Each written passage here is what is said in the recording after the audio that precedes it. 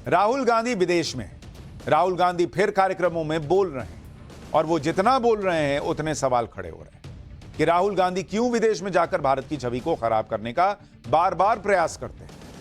यहां तक कि इस बार तो वो ऐसी ऐसी बातें बोल रहे हैं कि क्या राहुल गांधी बोल रहे हैं विदेश में और देश में हंगामा खड़ा हो जाए इसकी कोशिश कर रहे हैं क्या। इतना ही नहीं, राहुल गांधी बोलें और अपनी किरकिरी ना कराएं, ऐसा तो हो ही नहीं सकता, इसलिए वो भी हो गया है। ऊपर से जो इकोसिस्टम नरेंद्र मोदी को हटाने के नाम पर किसी भी लेवल पर जाने को तैयार रहता है, चाहे देश में आग लग जाए तो लग जाए, वो आज भी राहुल गांधी से सवाल नहीं पूछ पा रहा।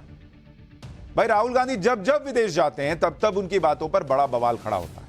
कभी वो कह देते हैं कि भारत में लोकतंत्र ही नहीं बचा है, कभी कह देते हैं कि अमेरिका जाकर भारत में लोकतंत्र भारत आकर अमेरिका और दूसरे देश जो हैं वो भारत के लोकतंत्र को बचाने में मदद करें, कभी वो भारत की बुराई और चीन की तारीफ करने लगते हैं। इस बार भी राहुल गांधी यही सब अमेरिका जाकर कर रहे हैं।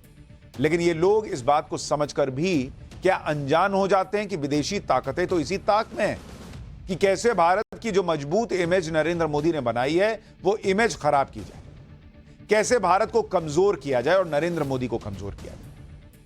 क्योंकि आप देखिए कि एक तरफ राजनीतिक साजिशें हैं, दूसरी तरफ ऐसी साजिशें भी चल रही हैं जिसमें रेल की पटरियों पर कभी सिलेंडर रख दिया जाता है, कभी सीमेंट की सिल्ली रख दी जाती है, कभी बोल्डर रख दिया जाता है। कानपुर से लेकर अजमेर और सोलापुर तक इसी तरह से ट्रेन की पटरियों पर साजिश हो रही है और यह नई तरह की साजिश है। इस साजिश के बारे में आज क्या खुलासे हुए हैं वो भी आज आपको पाठशाला में बताऊंगा। लेकिन पहले राहुल गांधी की बात करते हैं जो इस वक्त अमेरिका के दौरे पर गए हुए हैं। और हर बार की तरह इस बार भी राहुल गांधी विदेशी जमीन पर वही राजनीति कर रहे हैं जिस राजनीति में भ्रम, झूठ और अफवाहों के अलावा कुछ नहीं होता। राहुल गांधी इस तरह की बातें अमेरिका जाकर कर रहे हैं कि उनकी ही पार्टी से राहुल गांधी ने जो रायता फैलाया है वो समेटे नहीं सिमट रहा। क्योंकि लोकसभा चुनाव में इंडी गठबंधन ने यही माहौल बनाया कि नरेंद्र मोदी आरक्षण खत्म कर देंगे। लेकिन अमेरिका जाकर राहुल गांधी ने एक नया रायता फैला दिया। जब अमेरिका में राहुल गांधी से आरक्षण पर सवाल किया गया तो उन्होंने कह दिया कि कांग्रेस पार्टी आरक्षण को खत्म करने पर सोचेगी, लेकिन उसके साथ उन्होंने एक शर्त भी जोड़ दी। एक बार राहुल गांधी ने क्या कहा है वो सुन लीजिए आरक्षण को लेकर, फिर आपको बताऊंगा कि उनके बयान पर कैसे बवाल खड़ा हो गया। But we will think of scrapping reservations when India is a fair place. And India is not a fair place. Now, that creates a problem. Because there are many people who come from the upper caste, right? Who say, look, what have we done wrong? Right? Why are we being punished? लेकिन राहुल गांधी ने आरक्षण पर जो कहा उस पर उनकी अच्छी खासी रगड़ाई हो गई। क्योंकि केंद्रीय मंत्री चिराग पासवान ने कह दिया कि आरक्षण समाप्त करना तो दूर, सोचना भी अपराध है राहुल गांधी जी। मायावती ने भी सोशल मीडिया पोस्ट में राहुल गांधी पर हमला बोला और कहा कि राहुल गांधी के इस बयान से स्पष्ट है कि कांग्रेस सालों से आरक्षण को खत्म करने की साजिश में लगी हुई। मायावती ने कहा कि राहुल गांधी के घातक बयान से सावधान रहें क्योंकि यह पार्टी सत्ता में आते ही अपने इस बयान की आड़ में आरक्षण जरूर खत्म कर देगी। हालांकि राहुल गांधी से कोई यह पूछे कि राहुल गांधी कह रहे हैं कि समाज में जब बराबरी आ जाएगी तो वो आरक्षण खत्म कर देंगे। भाई अगर वो बराबरी नहीं आई तो इस देश में 60 साल 55-60 साल तो कांग्रेस ने राज किया है, तो सवाल आपसे पूछा जाएगा कि वो बराबरी क्यों नहीं आई, क्यों नहीं लेकर आए वो बराबरी। और अभी तो राहुल गांधी कुछ दिन पहले कह रहे थे कि जिसकी जितनी संख्या भारी उतनी उसकी हिस्सेदारी, हम इतना आरक्षण दे देंगे। राहुल गांधी ने भले ही शर्त के साथ आरक्षण खत्म करने की बात कही हो, लेकिन अब लोग नेहरू से लेकर राजीव गांधी के आरक्षण विरोधी बयान याद दिला रहे हैं। जैसे 27 जून 1961 को जवाहरलाल नेहरू ने आरक्षण के मुद्दे पर देश के सभी मुख्यमंत्रियों को अपनी राय बताई थी। लेटर में लिखा था कि वो किसी भी प्रकार के आरक्षण को पसंद नहीं करते, खास तौर पर नौकरी में आरक्षण को तो बिल्कुल नहीं। नेहरू ने आगे लिखा कि वो हर उस चीज के खिलाफ हैं जिससे अक्षमता और लो स्टैंडर्ड को बढ़ावा मिले, लेकिन अगर हम धर्म और जाति के आधार पर आरक्षण देंगे तो काबिल लोगों को पीछे कर देंगे और हमेशा दूसरे या तीसरे दर्जे के बने रहेंगे। नेहरू ने लिखा कि उन्हें यह जानकर बहुत दुख हुआ कि धर्म के आधार पर आरक्षण का बिजनेस कितना आगे जा चुका है। हम हमेशा पिछड़ों की मदद करें लेकिन क्षमता से समझौता किए बिना, क्योंकि दूसरे दर्जे के लोगों के साथ हम पब्लिक सेक्टर या कोई और सेक्टर कैसे खड़ा कर पाएंगे। यानी जवाहरलाल नेहरू की नजर में आरक्षण देना दूसरे दर्जे के लोगों को मौका देना था। यानी जवाहरलाल नेहरू की नजर में आरक्षण देना ऐसे लोगों को आगे लेकर आना था जिससे देश की प्रगति जो है वो प्रभावित हो जाएगी। अब लोग याद दिला रहे हैं ये नेहरू जी वाली सोच राहुल गांधी में भी है क्या? अच्छा, नेहरू जी की बात नहीं है। इसी तरह इंदिरा गांधी का केस देखिए। इमरजेंसी के बाद जब जनता पार्टी की सरकार बनी तो इस सरकार ने 21 मार्च 1979 में मंडल कमीशन का गठन किया। लेकिन जब 1980 में इंदिरा गांधी की फिर से सत्ता में वापसी हुई, दिसंबर 1980 में मंडल कमीशन की फाइनल रिपोर्ट आई। 1980 से 1989 तक 1989 तक कांग्रेस सत्ता में थी। इंदिरा गांधी और राजीव गांधी प्रधानमंत्री थे, लेकिन उन्होंने मंडल कमीशन की सिफारिशों को लागू नहीं किया। इसके बाद वीपी सिंह की सरकार आई जिसने कमीशन की सिफारिशों को लागू किया, और जब वीपी सिंह ने सदन में मंडल कमीशन की सिफारिशों को मंजूरी दी तो उस दौरान राजीव गांधी नेता विपक्ष थे। 6 सितंबर 1990 को राजीव गांधी ने लोकसभा में मंडल कमीशन की सिफारिशों का विरोध करते हुए कहा था कि हम सभी का उद्देश्य जाति विहीन समाज बनाना होना चाहिए। दुर्भाग्य से आज जो हम कदम उठा रहे हैं वो एक जातिवादी फॉर्मूला है। इसके अलावा 1980 में इंदिरा गांधी ने अपने कैंपेन का नारा यही रखा था कि न जात पर न पात पर मोहर लगेगी हाथ पर। यह वो बयान है जिस पर राहुल गांधी ने खुद ही मुसीबत को न्योता दे दिया। लोग पूछ रहे हैं कि राहुल गांधी भी क्या पिता की, दादी की, नेहरू जी की, किसकी सोच लेकर बैठे हैं भाई? लेकिन अमेरिका में राहुल गांधी ने ऐसे ऐसे बयान दिए हैं जिससे देश की खूब बदनामी हो रही। अच्छा, आश्चर्य की बात यह है कि राहुल गांधी के आरक्षण वाले बयान पर चिराग पासवान बोल रहे हैं, मायावती बोल रही हैं, लेकिन जिस बीजेपी के खिलाफ माहौल बनाया गया कि वो आरक्षण खत्म कर देगी, नरेंद्र मोदी आरक्षण खत्म कर देंगे, वो बीजेपी हमलावर नहीं है, वो अलग जोन में सोई हुई है।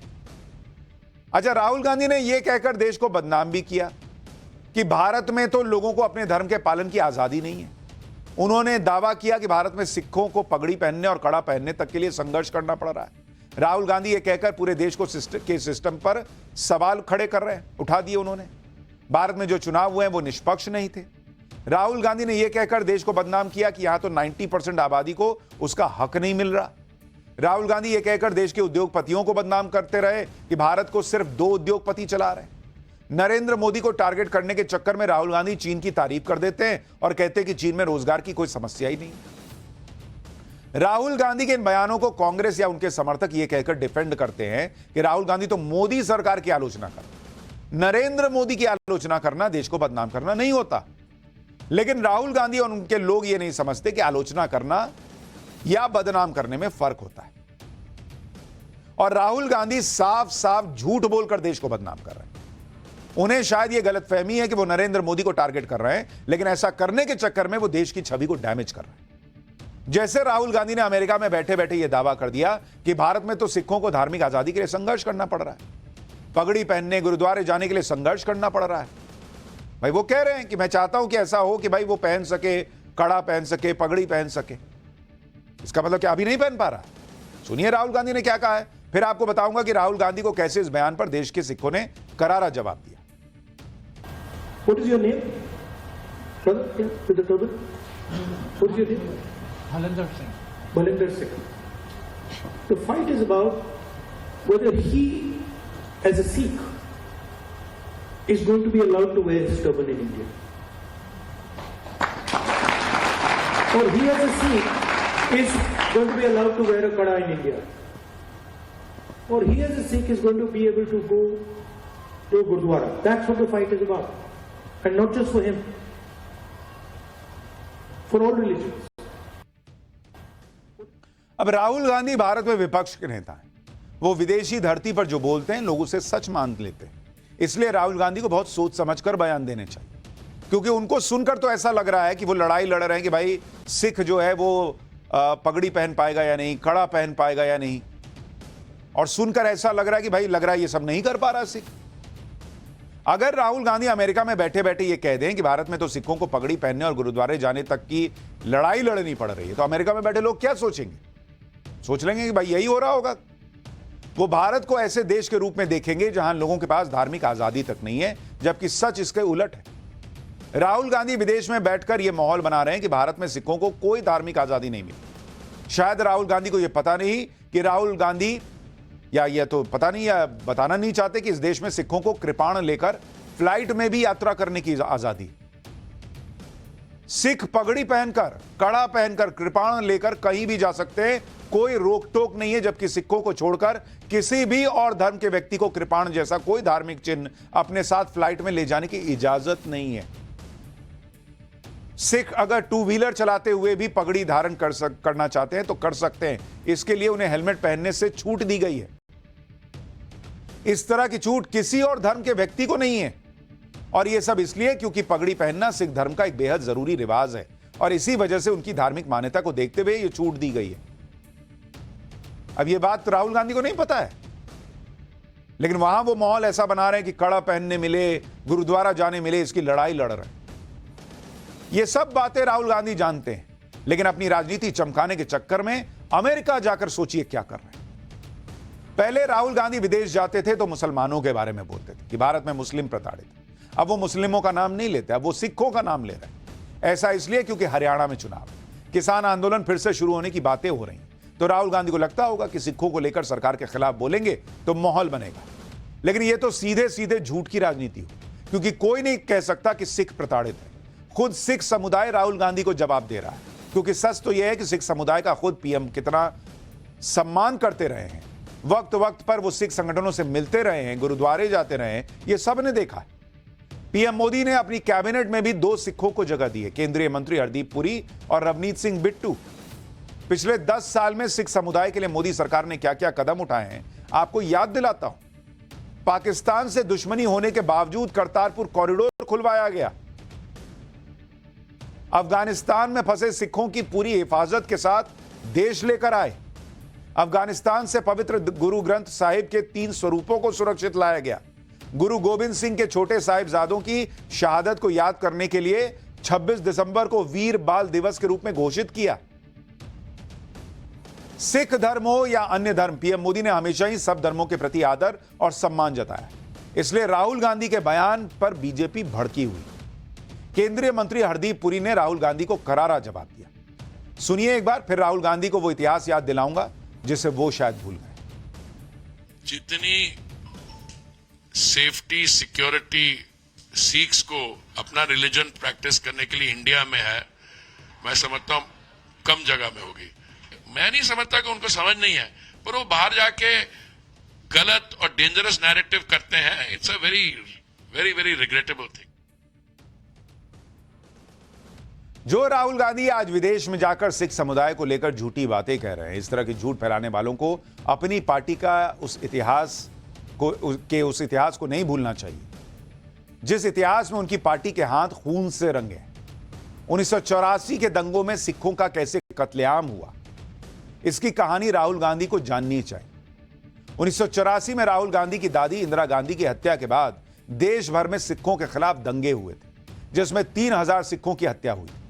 1984 के दंगों में कांग्रेस पार्टी के नेताओं पर न सिर्फ हिंसा भड़काने बल्कि दंगे करने वाली भीड़ की अगुवाई करने के भी आरोप लगे थे। निर्दोष सिखों की पहचान करने और उन्हें निशाना बनाने के लिए स्टेट मशीनरी का इस्तेमाल हुआ था, लेकिन राहुल गांधी के पिता और तत्कालीन प्रधानमंत्री राजीव गांधी ने कह दिया था कि जब कोई बड़ा पेड़ गिरता है तो धरती तो थोड़ा हिलती ही है। यह हुआ था सिखों के साथ राजीव गांधी के कार्यकाल में, और राहुल गांधी विदेश जाके बता रहे हैं कि आज सिख की लड़ाई लड़ रहे हैं कि वो कड़ा पहन सके। राजीव गांधी का वो बयान सुनवाता हूं आपको, जब सिख दंगे हुए थे। सुनिए उन्होंने क्या कहा था। जब इंदिरा जी की हत्या हुई थी तो हमारे देश में कुछ दंगे फसाद हुए। हमें मालूम है कि भारत की जनता के दिल में कितना क्रोध आया, कितना गुस्सा आया, और कुछ दिन के लिए लोगों को लगा कि भारत हिल रहा है। लेकिन जब भी कोई बड़ा पेड़ गिरता है तो धरती थोड़ी हिलती है। राजीव गांधी का यह बयान आज तक कोई नहीं भूला है, ना ही वो बात भूली है जो बात राहुल गांधी के गुरु सैम पित्रोदा ने कुछ साल पहले ही सिख दंगों को लेकर कही थी कि हुआ तो हुआ, यह हुआ तो हुआ बहुत चर्चित हुआ था। वो भी राहुल गांधी को आज याद दिला देता हूं कि सैम पित्रोदा ने क्या कहा। अब क्या है 84 का? बात तो करिए, आपने क्या किया 5 साल में, उसकी बात करिए। 84 में हुआ तो हुआ। अब क्या है 84 का? बात तो करिए, आपने क्या किया 5 साल में, उसकी बात करिए। 84 में हुआ तो हुआ। अब यही सैम पित्रोदा विदेश में राहुल गांधी के टूर करवाते हैं, जिससे राहुल गांधी की ब्रांडिंग हो सके। लेकिन सैम पित्रोदा की बातें हों या फिर राहुल गांधी के पिता राजीव गांधी की बातें हों, कोई भूलता नहीं है बॉस। ना ही यह भूलता है कि सिखों का किस तरह से नरसंहार 1984 में कांग्रेस के राज में हुआ था। सुनिए बीजेपी के नेता आरपी सिंह क्या कह रहे हैं। सिख की पगड़ी उतारी जाती थी और कांग्रेस की सरकार के रहते हुए पगड़ी उतारी जाती थी। हर सिख की चेकिंग होती थी और किस प्रकार से दिल्ली के अंदर 3000 सिखों का कत्लेआम किया, पगड़ियां उतारी, केस काटे, दाढ़ियां काटी, उनके ककार निकाले और उसका तेल डालकर, पेट्रोल डालकर और एक स्पेशल कोई वाइट पाउडर डालकर उनको और गले में टायर डालकर उनको जलाया गया। वे ये इस बात को नहीं बताते कि ये उनके रहते हुआ उसका। परंतु मेरा राहुल गांधी को चैलेंज है, जो बात वो विदेश में कह रहे हैं सिखों लेकर हिंदुस्तान में कहें और मैं उनके खिलाफ मुकदमा करूंगा, क्योंकि विदेश में जाकर कहने से उनके खिलाफ मुकदमा नहीं बनता। देश में आकर यही बात रिपीट करे ना कि भाजपा ने सिखों की पगड़ियां उतारी या उनके कड़े उतारे, तो मैं उनको वापस ठीक ढंग से कोर्ट के अंदर घसीटूंगा। जिनका ऐसा इतिहास रहा हो वो आज विदेश में बैठकर ऐसे लेक्चर दे रहे हैं जैसे भारत में तो किसी को कोई आजादी नहीं। वो विदेश में बैठकर ऐसा माहौल बना रहे हैं जैसे भारत में सब कुछ बर्बाद कर दिया नरेंद्र मोदी। एक तरफ राहुल गांधी इस तरह की बातें कर रहे हैं, दूसरी तरफ ये भी कहते हैं कि नरेंद्र मोदी से अब कोई डरता नहीं। उन्होंने तो पीएम मोदी को मनोवैज्ञानिक तौर पर हरा दिया है, उन्होंने तो नरेंद्र मोदी का कॉन्फिडेंस हिला दिया है। लेकिन अगर कोई राहुल गांधी से यह पूछ ले कि इतना ही मोदी कमजोर हो गए, इतना ही राहुल गांधी मजबूत हो गए, तो वो नरेंद्र मोदी से तीसरी बार भी क्यों हार गए? इस सवाल पर राहुल गांधी बहाने बनाने लगते हैं कि चुनाव ठीक से नहीं हुए। सुनिए कि कैसे अमेरिका में बैठकर राहुल गांधी भारत के उस चुनावी सिस्टम पर सवाल उठा रहे हैं जिस चुनावी सिस्टम की तारीफ दुनिया करती है। कभी कोई आज तक भारत के चुनावी सिस्टम पर सवाल नहीं उठा सका, फिर चाहे सरकार किसी की भी रही हो। लेकिन विदेशी जमीन पर जाकर राहुल गांधी अपने ही देश के सिस्टम की बुराई करते हैं, क्योंकि उन्हें दिखाना है कि वो जीत सकते थे, लेकिन सिस्टम ने हरवा दिया। जब सिस्टम ने हरवा दिया तो 99 पे भी क्या कूद रही है कांग्रेस पार्टी? फिर रोए बैठकर, ना लड़े अगला चुनाव। जहां मन छाती पीटेंगे, जहां मन जो है वो अपनी पीठ थपथपाएंगे कि अरे गजब, मोदी का कॉन्फिडेंस तोड़ दिया, 99 ले आए। सुनिए राहुल गांधी ने चुनाव पर क्या कहा अमेरिका में। I don't think the BJP, in a fair election, they were nowhere near 240 seats. No way. I mean, I'd be surprised if they had a financial, huge financial advantage. They had locked our bank accounts for one, but huge war chest.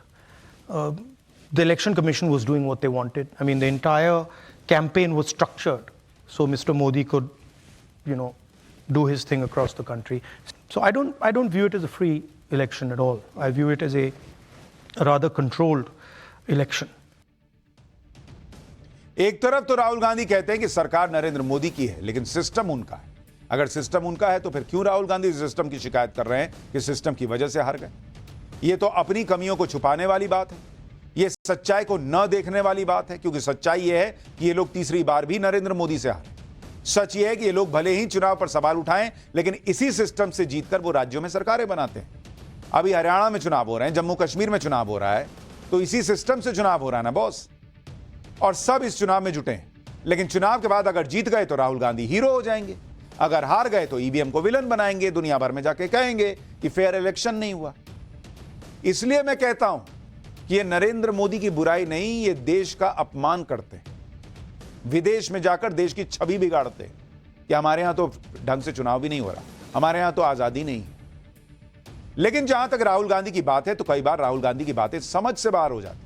जैसे America में किसी ने उनके गठबंधन को इंडी गठबंधन कह दिया, तो राहुल गांधी इस पर नाराज हो गए और कहने लगे कि उनका गठबंधन का नाम इंडिया है, इंडी नहीं है।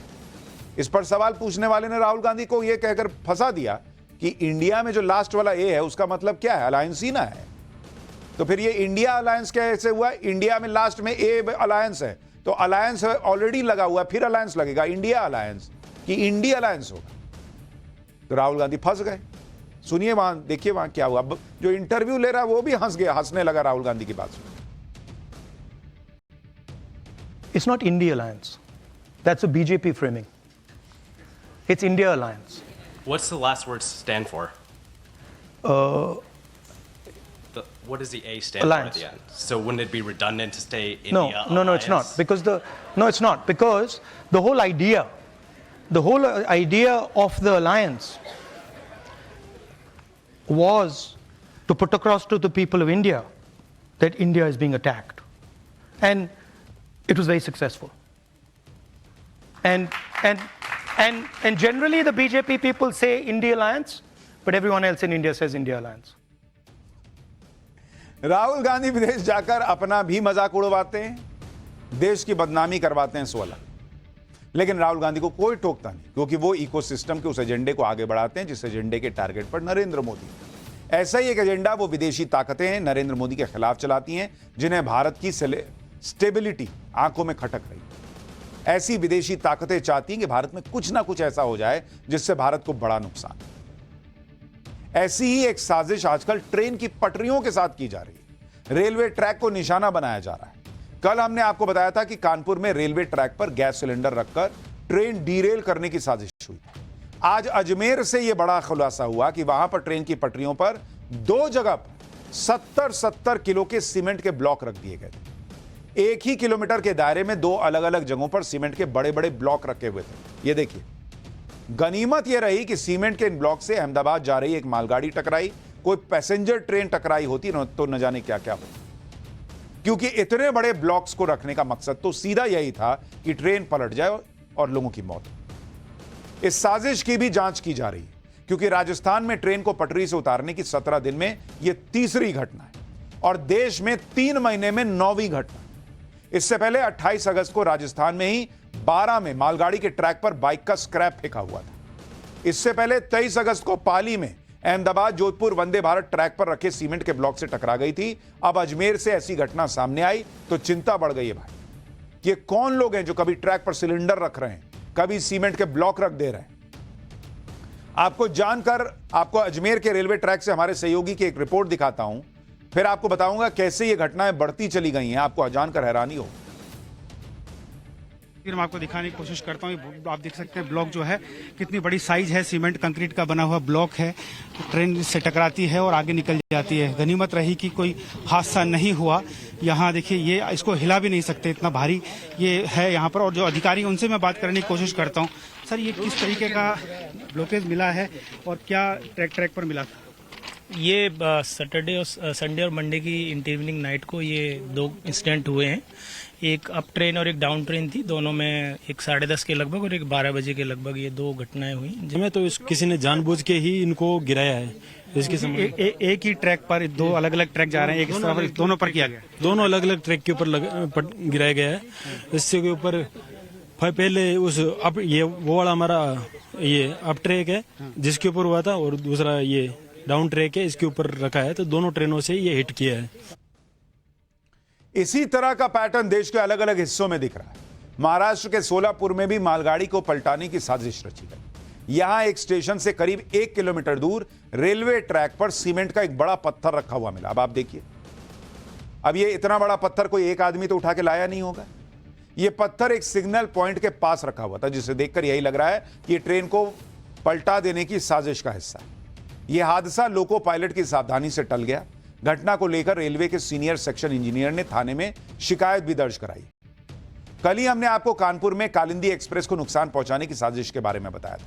इस साजिश की जांच अब एनआईए ने शुरू कर दी है। इसके अलावा आईबी और एटीएस भी जांच में शामिल है। जांच में पता चला है कि कानपुर में ट्रेन को बर्निंग ट्रेन बनाने की साजिश थी। ट्रैक पर सिर्फ सिलेंडर नहीं बल्कि 20 मीटर तक पेट्रोल छिड़कने के निशान मिले हैं।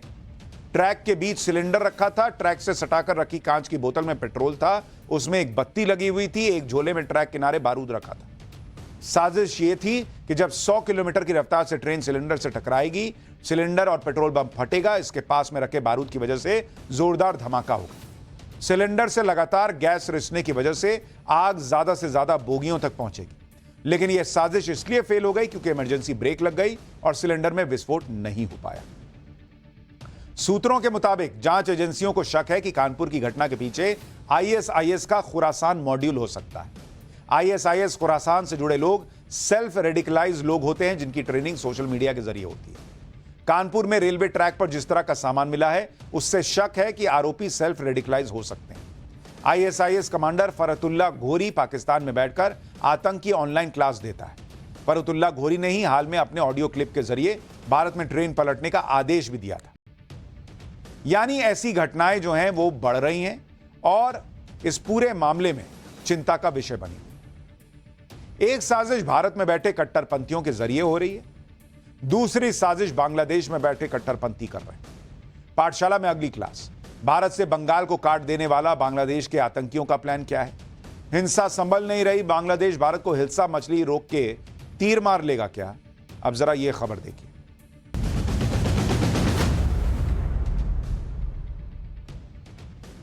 जब से बांग्लादेश में तख्ता पलट हुआ है तब से कट्टरपंथियों की वहां पर मौज आ गई। जब तक शेख हसीना थी तब तक ये कट्टरपंथी थोड़ा कंट्रोल में थे, लेकिन जैसे ही शेख हसीना गई कट्टरपंथियों ने तो जैसे बांग्लादेश पर कब्जा ही कर लिया। इन्हीं कट्टरपंथियों की वजह से हमने बांग्लादेश में हिंदुओं पर अत्याचार होते हुए देखे। हिंदुओं के घरों, दुकानों, मंदिरों को निशाना बनाया जाता हुआ देखा। लेकिन हिंदुओं पर अत्याचार से भी इन कट्टरपंथियों का मन नहीं भरा। अब ये बांग्लादेश में बैठकर भारत के खिलाफ बड़ी बड़ी साजिशें कर रहे हैं। ऐसा लग रहा है कि जैसे इन्हें किसी ने इशारा दिया हो कि भारत के खिलाफ जितना कर सकते हो करो। इसलिए ये कट्टरपंथी अब ऐसे ऐसे फैसले ले रहे हैं जिन्हें सुनकर आपको हैरानी हो। आप सुनकर हैरान रह जाएंगे कि बांग्लादेश के ये कट्टरपंथी आजकल हिल्सा मछली पकड़ने में जुटे हैं कि हिल्सा मछली भारत न जाने पाए। इन्होंने बांग्लादेश से हिल्सा मछली के निर्यात को रोक दिया है। हिल्सा मछली पश्चिम बंगाल में बहुत पसंद की जाती है, लेकिन दुर्गा पूजा से पहले बांग्लादेश ने हिल्सा मछली के निर्यात पर बैन लगा दिया। लेकिन ऐसी हरकतों से इन कट्टरपंथियों की बुद्धि पर ही तरस आता है, क्योंकि अगर हिल्सा मछली का निर्यात रोक भी दिया तो कौन सा तीर मार लोगे भाई? इससे भारत को कम बांग्लादेश को ही ज्यादा नुकसान होगा। लेकिन भारत से नफरत और हिंदुओं से नफरत में ये कट्टरपंथी अच्छे खासे बांग्लादेश का बेड़ा करने में तुले। इसकी डिटेल आज आपको बताऊंगा। यह भी बताऊंगा कि कैसे शेख हसीना के प्रत्यर्पण को लेकर भी बांग्लादेश की नई सरकार कट्टरपंथियों के दबाव में है और वो भारत से भिड़ने की कोशिश कर रहा है, जबकि दुनिया जानती है कि भारत से पंगा लेने का मतलब यह होता है कि अपने पैर पे कुल्हाड़ी मार। लेकिन बांग्लादेश के कट्टरपंथियों को देश के फायदे नुकसान से क्या लेना देना? उन्हें तो इस वक्त हिंदू विरोध और भारत विरोध दिख रहा है। इसलिए बांग्लादेश की नई सरकार ने हिल्सा मछली को बैन करने का फैसला ले लिया। बांग्लादेश सरकार की सलाहकार फरीदा अख्तर ने इसके बारे में बताया कि कुछ मुनाफाखोर व्यापारी मछली का निर्यात करने की कोशिश कर रहे हैं। हमारे अपने लोगों को हिल्सा मछली नहीं मिल पा रही। स्थानीय लोगों के हितों को ध्यान में रखते हुए हमने हिल्सा मछली का निर्यात रोकने का फैसला किया है, जिससे हिल्सा मछली की उत्पादन लागत और कीमत कम हो सके। हमने सुनिश्चित किया है कि दुर्गा पूजा के दौरान भारत को हिल्सा मछली का निर्यात नहीं करेंगे। जिस हिल्सा मछली के निर्यात पर बांग्लादेश ने बैन लगाया है उसके बारे में जरा सुन लीजिए। हिल्सा मछली को इलिश मछली भी कहते हैं। यह बंगाल की खाड़ी में पाई जाती है। दुनिया की 70% हिल्सा मछली का उत्पादन बांग्लादेश करता है। हिल्सा मछली बांग्लादेश की राष्ट्रीय मछली है और राष्ट्रीय गौरव से जुड़ी हुई। हिल्सा मछली की कीमत 1800 रुपए से 2400 रुपए प्रति किलो तक होती है। हिल्सा मछली को मछलियों की रानी भी कहा जाता है। यह खाने में स्वादिष्ट होने के साथ कई बीमारियों में फायदा पहुंचाती है। बांग्लादेश में नई सरकार आने के बाद इस तरह के फैसले किए जा रहे हैं, जबकि शेख हसीना के पीएम रहते हुए यही हिल्सा मछली भारत और बांग्लादेश के बीच कूटनीति का जरिया थी। आपको हिल्सा कूटनीति के बारे में याद दिलाता हूं, जिसकी शुरुआत 1996 में हुई। 1996 में गंगा जल बंटवारे की संधि के बाद शेख हसीना ने बंगाल के तत्कालीन सीएम ज्योति बसु को हिल्सा मछली उपहार में दी थी। बांग्लादेश ने 2012 से 2020 तक बाकी देशों में हिल्सा के निर्यात पर रोक लगाई थी, लेकिन भारत को हिल्सा देने पर रोक नहीं लगी थी। 2019 में बांग्लादेश ने दुर्गा पूजा के उपहार के तौर पर 500 टन हिल्सा मछली भारत में भेजी थी। 2023 में भी दुर्गा पूजा के लिए बांग्लादेश ने भारत में हिल्सा भेजने का फैसला किया था। 2023 में बांग्लादेश के 79 एक्सपोर्टर्स ने करीब 3950 टन हिल्सा मछली भारत भेजी। लेकिन अब बांग्लादेश को एक नया बुखार चढ़ा कि नहीं, हम हिल्सा नहीं देंगे। अब नई कट्टरपंथी सरकार हिल्सा डिप्लोमेसी को रोकना चाहती है।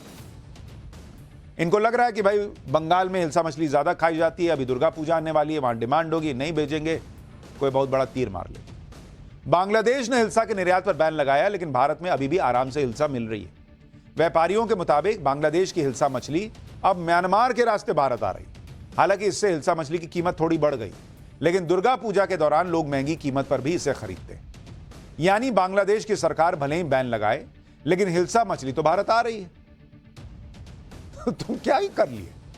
ऐसा लगता है कि कट्टरपंथियों ने ठान लिया है कि ये बांग्लादेश को पूरी तरह से बर्बाद करके मानेंगे और बांग्लादेश को भी पाकिस्तान की तरह आतंक का अड्डा बना देंगे।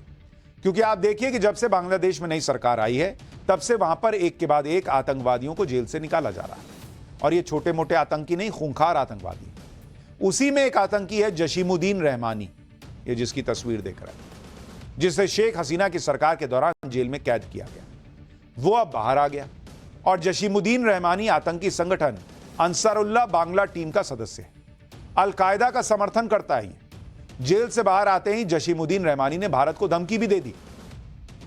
जशीमुद्दीन रहमानी ने भारत को धमकी देते हुए कहा कि भारत में चिकन नेक को काट देंगे। जैसे हमारे यहां एक भाई साहब कह रहे थे ना कि चिकन नेक काट देना चाहिए भारत को, और वो जेल में आजकल, वैसा ही ये आदमी कह रहा है कि भारत में चिकन नेक को काट देंगे, जम्मू कश्मीर को भारत से आजाद कराएंगे, बंगाल को भी भारत से अलग कराएंगे, खालिस्तान का समर्थन करेंगे। सोचिए क्या क्या ये लोग दिमाग में पाले बैठे हैं कि बंगाल को भारत से काट देंगे ये लोग। ऐसे आतंकवादियों को जब खुला छोड़ा जाएगा तो बांग्लादेश आतंक का अड्डा बन ही जाएगा। सच्चाई यह है कि बांग्लादेश अब दूसरा पाकिस्तान बनने की तरफ तेजी से बढ़ रहा है, जो दिख रहा है उसके हिसाब से।